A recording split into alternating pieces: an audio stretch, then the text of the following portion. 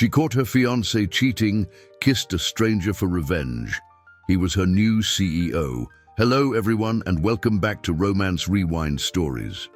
Before we dive into today's incredible story, I have a small favor to ask. If you're enjoying these heartwarming tales, please hit that subscribe button and turn on the notification bell so you never miss our latest uploads. It's quick, it's free, and it's the best way to support us in bringing you more emotional romance stories. And here's something I'd love to know. Where are you watching from today? Drop your city or country in the comments below. I always enjoy seeing our amazing community from around the world. Oh, and if this story touches your heart, don't forget to hit the like button. It really helps us grow and reach more people who love these kinds of tales. Now, let's get into today's story. She caught her fiancé cheating, kissed a stranger for revenge. He was her new CEO. The restaurant was one of those trendy downtown places where the lighting was deliberately too dim and the prices were deliberately too high. Astrid Laurent sat alone at the bar, nursing a gin and tonic she didn't really want, trying to process what had just happened. 20 minutes ago, she'd walked into this very restaurant to surprise her fiancé Devon for their 3-year anniversary. She'd left work early, bought his favorite cologne, and made reservations at the steakhouse he'd been wanting to try. Instead, she'd found him in a corner booth with his tongue down his secretary's throat. The confrontation had been brief and ugly. Devon hadn't even had the decency to look ashamed, just annoyed that she'd made a scene. His secretary had smirked, and Astrid had walked out with whatever dignity she could salvage, leaving her engagement ring on their table like a tip. Now, at 28 years old, she sat at a bar trying not to cry in public. 3 years of planning a future with someone who apparently couldn't keep his hands to himself for 3 hours. Rough day? Astrid looked up to find a man sliding onto the bar stool beside her. He was striking, tall, with dark hair swept back from a sharp, intelligent face. His suit probably cost more than her monthly rent, and he wore it with the casual confidence of someone who didn't need to prove anything. You could say that, Astrid replied, taking another sip of her drink. Let me guess, the stranger said, ordering a whiskey. Bad breakup, terrible boss, or existential crisis? Despite everything, Astrid felt a smile tug at her lips. Option 1. Caught my fiancé cheating about... She checked her watch. 23 minutes ago. The man winced. Ouch. In this restaurant? Corner booth, very romantic. What an idiot, he said simply. The fiancé, not you, to be clear. Thanks, Astrid said. I think. They sat in comfortable silence for a moment.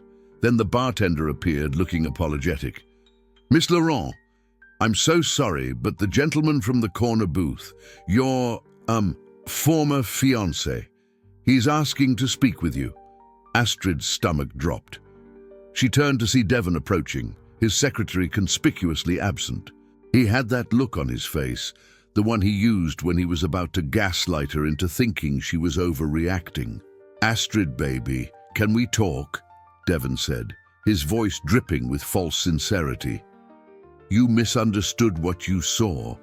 I misunderstood you shoving your tongue down Melissa's throat, Astrid interrupted, her voice cold. It was just a moment of weakness, Devon continued, ignoring her tone. You've been so stressed with work lately and we haven't been connecting, so you're saying this is my fault? I'm saying we can work through this, Devon replied, reaching for her hand. We're good together, Astrid. Don't throw away 3 years over one mistake. Astrid felt rage building in her chest. He was actually trying to manipulate her, right now, in public, as if she was stupid enough to fall for it. And then, from beside her, the stranger spoke. I think the lady made herself clear, he said, his voice pleasant but with an edge of steel. She's not interested. Devon's eyes narrowed as he noticed the man for the first time. Who the hell are you? This is a private conversation. Actually, Astrid heard herself say, a wild idea forming, he's my boyfriend. Both men stared at her. The stranger's eyebrow raised slightly, but he didn't contradict her. Boyfriend, Devon sputtered. You expect me to believe? Astrid didn't let herself think, she just acted. Turning to the stranger, she said, "Sorry about this," and then she kissed him. For a half second, he was still with surprise. Then his hand came up to cup her face, and he kissed her back. Really kissed her. The kind of kiss that made her forget they were in a crowded restaurant, forget that Devon was watching, forget everything except the warmth of his mouth and the way her heart was suddenly racing. When they broke apart, Astrid was breathless. The stranger's eyes were dark and intense, a small smile playing at his lips. "Well," he murmured, "that was unexpected." Devon's face had gone purple. "You're pathetic, Astrid. Moving on already? I dodged a bullet." "No," the stranger said, standing to his full height, easily 6 inches taller than Devon. "She dodged a bullet. You're just too stupid to realize it. Now I suggest you leave before I have security escort you out." Something in his tone made Devon hesitate. Then, muttering curses, he retreated back to his booth. Astrid covered her face with her hands. "Oh my God, I'm so sorry. I couldn't let him think he won. That was completely inappropriate and insane and effective," the stranger interrupted, amusement in his voice. "And for what it's worth, best kiss I've had in years." She peeked at him through her fingers. "Really? Really?" He extended his hand. "I'm Ronan Blackwell." "Astrid Laurent," she said, shaking his hand. "Thank you for playing along. You didn't have to do that." "Are you kidding? That was the most exciting thing that's happened to me all month." Ronan signaled the bartender. "Another round for us, please. I think we've earned it." They talked for 2 hours. Astrid found herself telling this stranger, Ronan, things she'd never told Devon, about her job as a junior architect at Morrison and Associates, about her dreams of designing sustainable housing, about feeling stuck in a relationship that had stopped growing years ago. Ronan listened with genuine interest, asking thoughtful questions, never once checking his phone or looking bored. He told her he worked in real estate development, traveled constantly, and had recently moved back to the city after years abroad. "I should go," Astrid finally said, checking the time. "It's late, and I have work tomorrow. Plus, I've monopolized your entire evening with my drama." "Best evening I've had in a long time," Ronan said honestly. He pulled out his phone. "Can I get your number? I'd like to take you to dinner, a real one. No vengeful kissing required, though I wouldn't be opposed." Astrid felt herself blush. "You want to take me out? After watching my life implode?" "Especially after watching your life implode," Ronan said. "You handled that with grace and a touch of well-deserved pettiness. That's attractive." She laughed and gave him her number. As she left the restaurant, she couldn't stop smiling.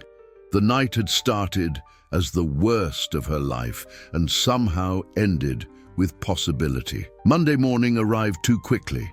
Astrid walked into Morrison and Associates with her coffee and her portfolio, ready for the weekly team meeting.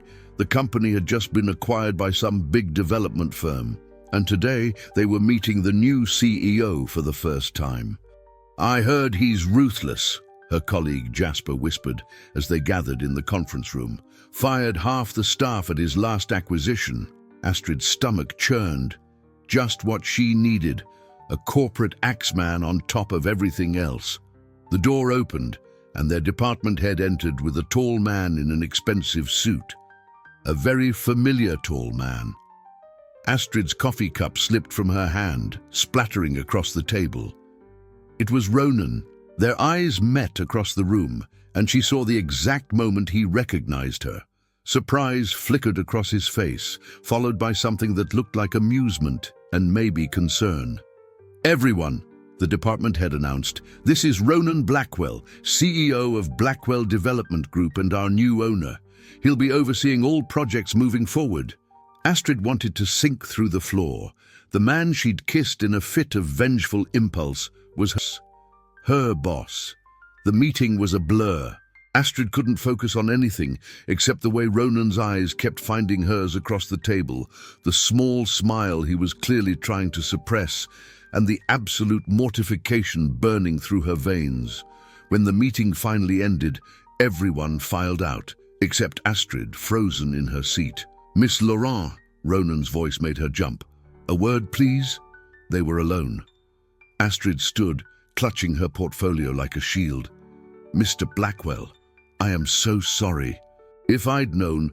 "You'd have what?" he interrupted, moving closer. "Not kissed me?" Yes, no. I don't know," Astrid stammered. "This is so inappropriate." "It was inappropriate on Friday too," Ronan pointed out. "But I'm not complaining." "You're my boss," Astrid said desperately. "This is a disaster." Ronan was quiet for a moment, his expression turning serious. "You're right. This is complicated." He ran a hand through his hair, a gesture she recognized from the bar. "I should have told you Friday night what I did for a living, but honestly, I didn't want the evening to end. You were real. Everyone I meet knows who I am before I open my mouth. With you, I was just Ronan. And now you're my boss, who I kissed in a very public place," Astrid said miserably. "About that," Ronan said carefully, "I have a proposition. And before you panic, hear me out." She waited. "I'm not going to pretend that kiss didn't happen," Ronan continued, "or that I don't want to take you to dinner like I said. But I also understand that you work for me now, and that creates a power imbalance. So here's what I'm proposing. We keep things completely professional here at work. No favoritism, no special treatment. But outside of work, I'd like to get to know you better if you're interested." "That's..." Astrid struggled to find words. "That's surprisingly reasonable." "I'm a reasonable man," Ronan said with a slight smile, "despite what office gossip might suggest. So what do you say? Can we try?" Astrid knew she should say no. This was messy and complicated and could blow up in both their faces. But when she looked at Ronan, at the genuine interest in his eyes, the way he was asking rather than assuming, she found herself nodding. "Okay," she said, "but strict boundaries. At work, you're Mr. Blackwell and I'm just another architect." "Deal," Ronan agreed. "At work, you're Miss Laurent and I'm your somewhat terrifying CEO." His expression softened. "But outside of work, I'm still the guy who thinks you're incredible." Over the next few months, they navigated the complicated dance of workplace professionalism and personal attraction. At the office, Ronan was every inch the CEO, sharp, demanding, pushing the team to excellence. Astrid worked harder than she ever had, determined to prove she'd earned her place on merit, not because of their relationship. But on weekends, they explored the city together. Ronan took her to hidden restaurants and art galleries. Astrid showed him the neighborhoods she loved, the places Devon had always dismissed as too ordinary. They talked for hours, discovering shared values and complementary dreams. "You know what I love about you," Ronan said one evening as they walked along the waterfront. "You see possibilities where others see problems. That building we passed, the abandoned warehouse, you spent 20 minutes describing how it could be converted into affordable housing with green spaces. Most developers would just see tear-down value." "That's because most developers only see dollar signs," Astrid replied. "Buildings are more than investments. They're where people live their lives." "Exactly," Ronan said, stopping to face her. "That's why I bought Morrison and Associates. I was tired of destroying communities for profit. I wanted to build something meaningful. And then I met you, and I realized maybe I'd been looking for someone who understood that vision." "Are you saying you bought an entire architecture firm because you liked kissing me?" Astrid teased. "I bought the firm because it was a sound investment," Ronan corrected with a smile. "The kissing was just an unexpected bonus." He grew serious. "But honestly, meeting you changed something, made me want to be better. Do better." "You give me too much credit," Astrid said softly. "I don't give you nearly enough," Ronan replied, pulling her close. "But workplace relationships, even carefully managed ones, rarely stay secret forever." The whispers started small, knowing looks when Astrid and Ronan were in meetings together, speculation about why she'd been assigned to the firm's flagship project. Then Devon, bitter and vengeful, somehow found out. He sent an anonymous email to the company's ethics hotline, claiming Astrid had slept her way to a promotion. The investigation was humiliating. HR interviews, questioning from colleagues, doubt cast on every achievement. Astrid wanted to quit, wanted to run, but Ronan convinced her to stay. "I won't let them do this to you," he said fiercely in the privacy of his office, one of the few times they'd broken their professional boundary. "You're brilliant, Astrid. Every project you've touched has been exceptional. I have the documentation to prove it."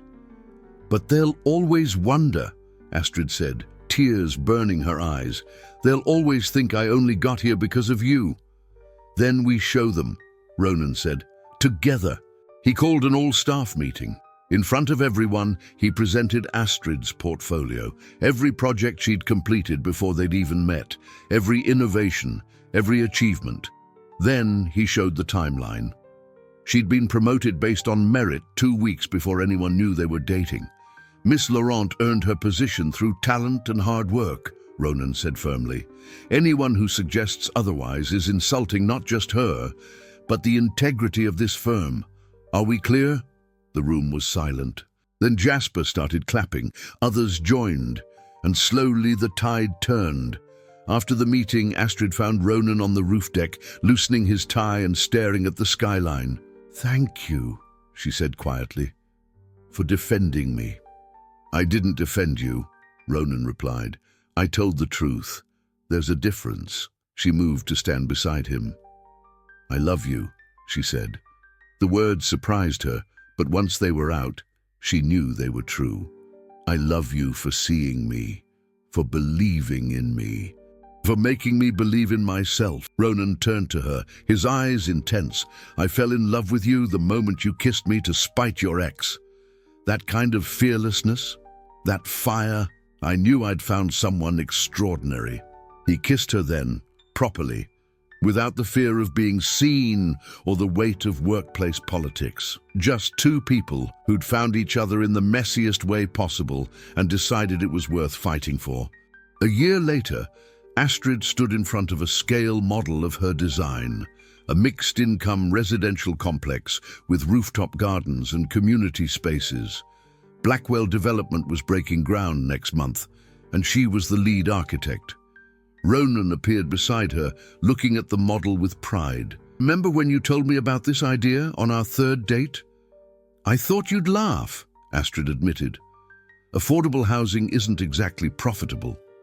"It's profitable enough," Ronan said. "And more importantly, it's right." He paused. "I have something for you." He pulled out a small box and Astrid's breath caught. "Before you panic," Ronan said, smiling. "This isn't a proposal. Not yet. I know you need more time after Devon." He opened the box to reveal a necklace, a delicate silver chain with a small architectural blueprint pendant. "It's the floor plan of the building where we met," Ronan explained. "The restaurant. I thought you might appreciate the symmetry." Astrid laughed, tears in her eyes. "You're such a nerd." "You're nerd," Ronan corrected, fastening the necklace around her neck. "If you'll have me." "I'll have you," Astrid whispered, kissing him. "Terrible ex and all." "Hey," Ronan protested. "I'm the one who had to watch you kiss me for revenge. That's traumatic." "Was it, though?" Astrid teased. "Terribly traumatic," Ronan said solemnly. "I'll probably need years of therapy, and many more kisses to recover." "I think I can arrange that," Astrid said, pulling him close. 6 months later, Ronan did propose, in the completed building, in the community room Astrid had designed, surrounded by the families who would call it home. And when she said yes, she thought about that night in the restaurant, how the worst moment of her life had led to the best, how sometimes revenge kisses lead to real love, how sometimes strangers become forever, how sometimes the mess becomes the miracle. And that's where our story ends today. What did you think? Did Astrid and Ronan's unexpected journey touch your heart? Let us know in the comments what your favorite moment was. If you enjoyed this story, we have so many more waiting for you. Check out our playlist for more heartwarming romance tales that will make you believe in love all over again. Don't forget to subscribe, hit that notification bell, and give us a thumbs up. Your support means everything to us. Till next time, keep believing in love, keep believing in second chances, and remember, the best stories are the ones that remind us we all deserve our happily ever after. See you in the next story.